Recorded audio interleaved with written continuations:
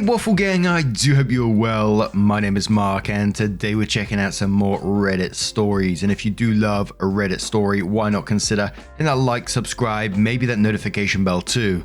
And let's crack on with today's first story. Much love, guys.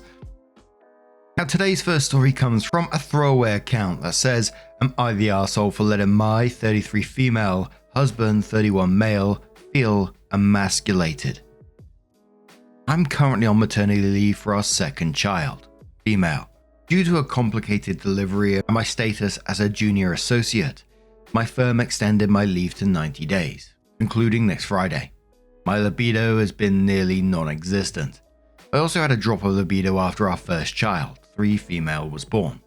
I've unintentionally neglected my husband, who values physical intimacy as a love language, and I haven't been receptive. My concerns intensified when my husband, Derek, suggested I become a stay-at-home mum instead of returning to work, while we both earn 6 figures. My income as a corporate lawyer surpasses his salary as an engineer. He proposed he will apply for a promotion, and by eliminating the need for daycare and a nanny and making budget adjustments, asserts he can adequately provide for our family under this new arrangement. Initially, I declined the proposal. I'm also in line for a promotion to senior associate at my job. In our 8-year relationship and 4-year marriage, he understands the importance of my career to me, just as I respect his career aspirations. I emphasize that with both our anticipated promotions, we could secure a better future for our daughters. He cautioned me against rushing my decision and attempted intimacy, but I found his approach off-putting and declined even cuddling. Consequently, he spent last night in the guest room.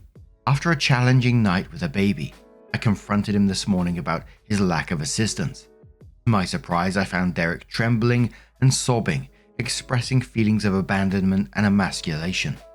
He referenced our diminished intimacy since our first daughter's birth and a perceived power imbalance due to my career success. He feels redundant in our family, amplifying his feelings of inadequacy.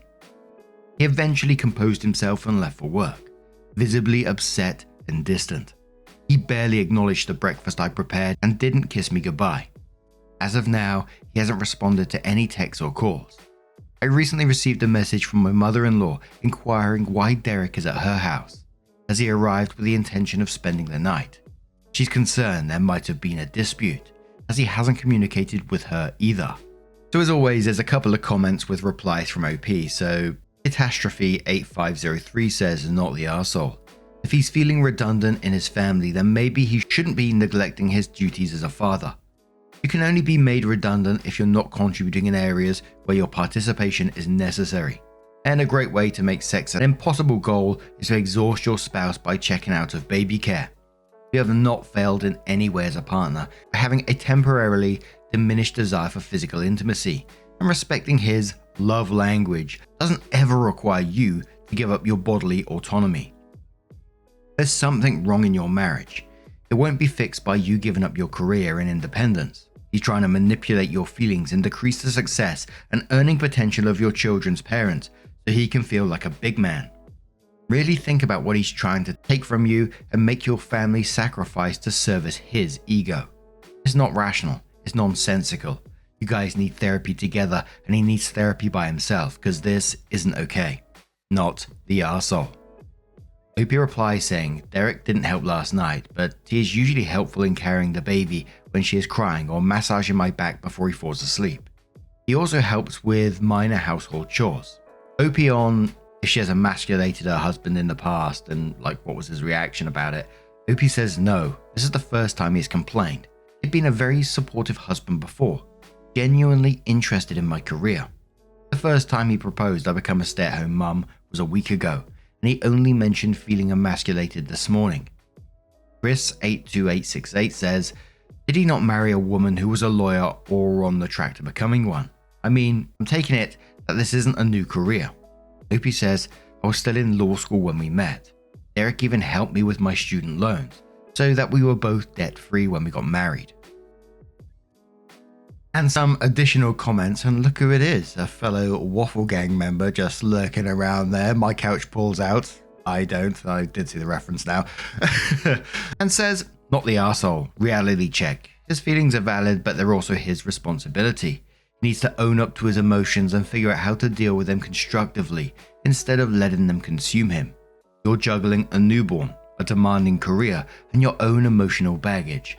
It's a lot to handle, and it's okay to feel overwhelmed. But here's the thing, you need to cut yourself some slack. You're doing the best you can, and that's all anyone can ask for. Your best bet here? Sit down with your husband and have a real talk. No blame, no judgment, just honest conversation. Listen to each other, validate each other's feelings, and figure out how to move forward together. No Royal replies that and says, I'm less charitable towards the husband. He does not pull his weight as a parent and expects sex after delivery of a newborn. He wants to sabotage his wife's career to be the man. He abandons his infant daughter due to said feelings. No wonder his wife does not go to town on his member. And a final comment from Key Secret, who says there is something not right in your relationship that needs deep thought. As everyone has said, you and he need some therapy. My other point is, do not give up your career unless you really want to be a stay-at-home mum. I did this when my son was born, 26 years ago. We originally decided, since I made more money than my husband did, and was the lone provider of benefits, medical, etc., he'd leave his job and I continued to work. But after having to deal with so much BS politics, he returned to work and I quit my job. At the time I was pregnant again, so it made so much sense. Fast forward a quarter of a century, I'm now earning the same pay as when I quit 25 years ago. We believe that one parent should stay home. We still think it was a good idea, but it has been financially crippling. My path back to reasonable employment took me 2 decades, and we lost out on 20 years of retirement savings. Listen to your inner voice, it's almost always right. Women are at such a disadvantage in the workforce that by stepping away you risk your future. Period. So OP does update their post and says, last night I wrote a post in the Am I the Arsehole regarding a situation that was bothering me. 2 nights ago we had a discussion and he threw a tantrum. That night he slept in the guest room, and yesterday he went radio silent and finally spent the night at his parents'. He said nothing to me. It was my mother-in-law who told me. I was a little pissed by his attitude, but also concerned if I was in the wrong. I, 33 female, am on extended maternity leave. I am doing well, and I have an opportunity to become a senior associate at the firm where I work. My husband, 31 male, Derek, not his real name, is an engineer. We are doing financially great, with both of us earning 6 figures. Although my current earnings are slightly higher than his.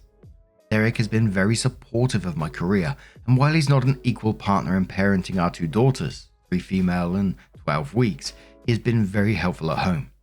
Last week he proposed that I should not return to work. My leave ends next Friday, and become a stay-at-home mum. At first I thought it was a joke, but he kept mentioning it, bringing up arguments such as applying for a promotion himself and saving on daycare and nanny expenses, along with other adjustments to make it financially feasible. Again, I didn't think he was serious. 2 nights ago, he brought up the topic again. He also talked about traditional gender roles and how our daughters would benefit from a stay-at-home mother. I felt disgusted by his words, and when he tried to approach me, I rejected his advances and didn't even let him hug or cuddle me. That's when he went to the guest room. I couldn't sleep well that night due to attending to our infant daughter. When I went to complain yesterday morning, Eric was shaking and sobbing. He expressed that he was feeling redundant and emasculated. He then left for work without saying much and didn't come home. This morning he finally wrote to me, apologizing for his tantrum and promising me he would talk this evening face to face. He told me not to call. He has been brief and monosyllabic in his texts. Many comments on the original post labeled him as a massive red flag. He isn't. He's been a very supportive partner and a helpful parent. This tantrum is out of character for him. Eric is not a mama's boy. Other comments suggest that I might have neglected him. There is some truth to that. His love language is physical, but my libido has diminished since my first and halted during the 2nd trimester of this last pregnancy.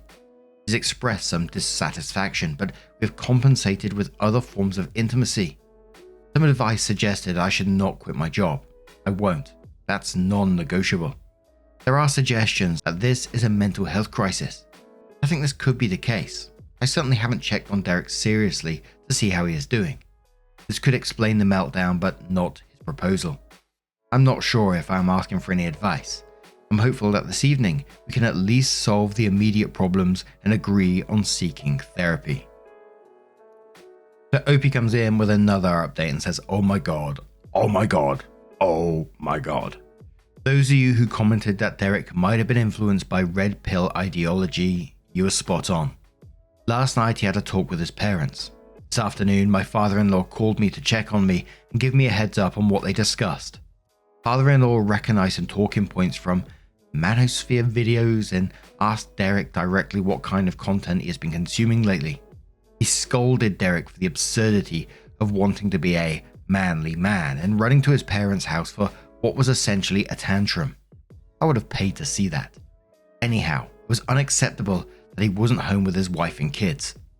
For context, my in-laws, 62 male, 58 female, were a traditional family.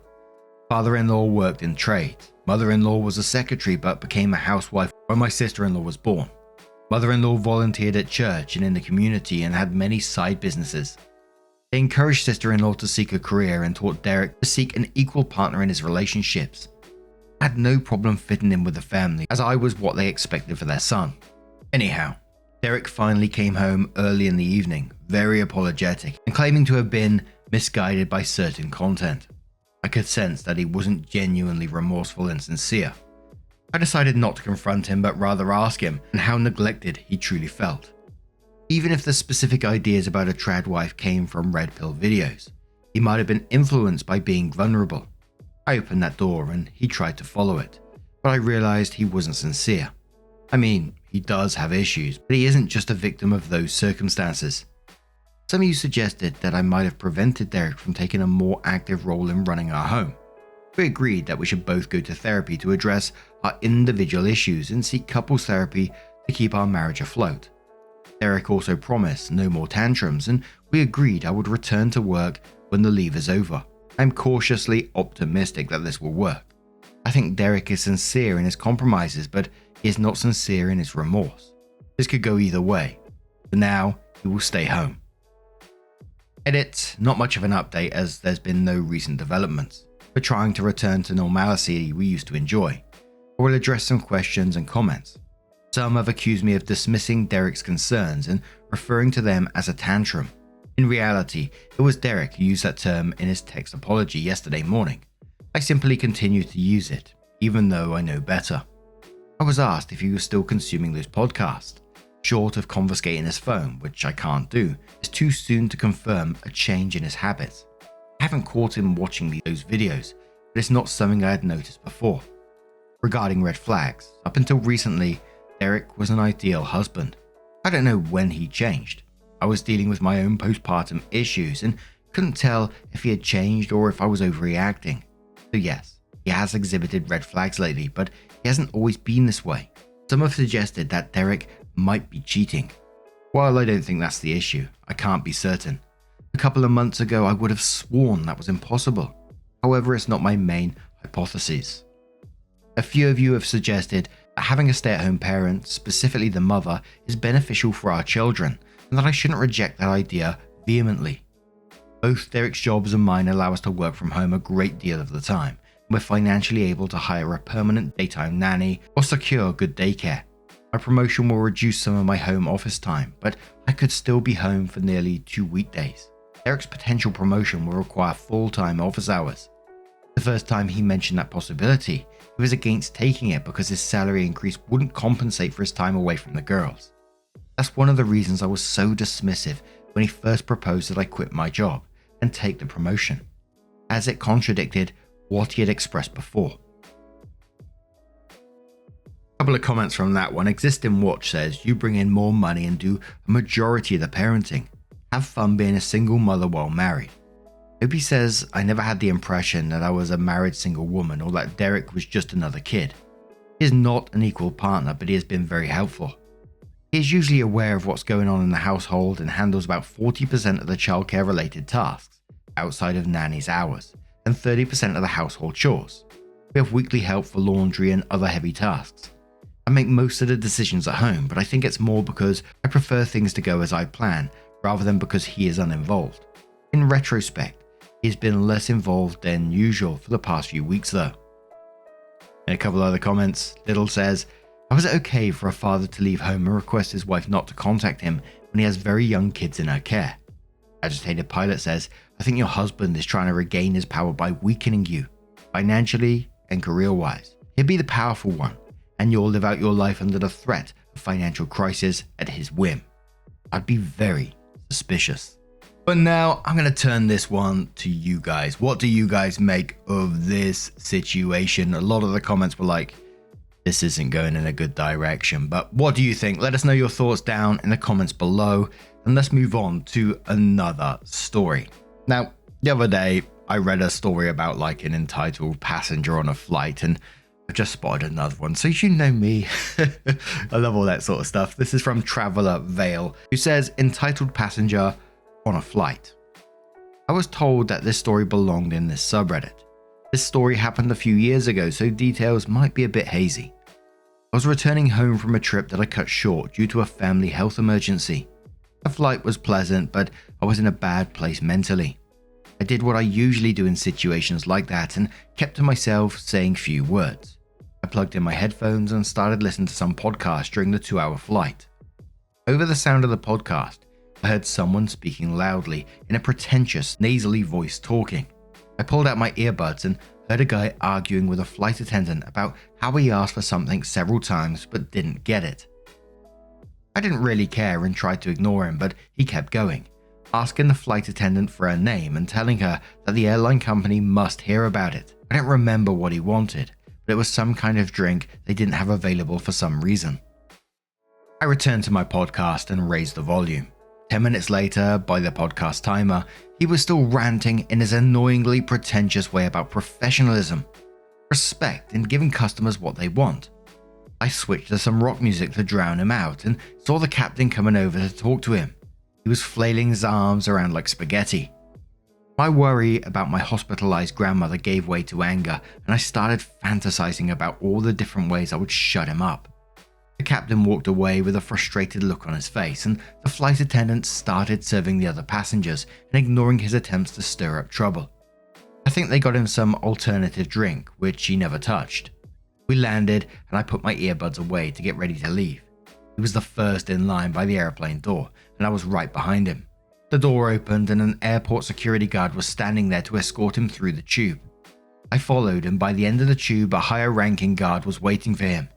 He stood blocking the way out, and I saw that the other passengers behind me were fed up with this guy who never shut up for more than half of the flight time. He was arguing about how terrible the crew and service was, and how he never had service this bad. He kept saying he needs to leave now because his family were waiting for him, or some similar non-reason. My anger was starting to boil. Should I shove him, bang my pulling bag onto his leg, punch him in the back? Would everybody clap? I had to head straight to the hospital, and everyone behind me had places to go. I've heard many stories about people like him online, across many different channels. Nobody would feel bad for them, but this wasn't only about them. It was also about who I am and what kind of person I want to be. I took a couple of deep breaths to calm down as he was telling the guards how to do their jobs, and with the most aggressive tone I could come up with, despite my stress and exhaustion, spoke up. Get the fuck out of my way.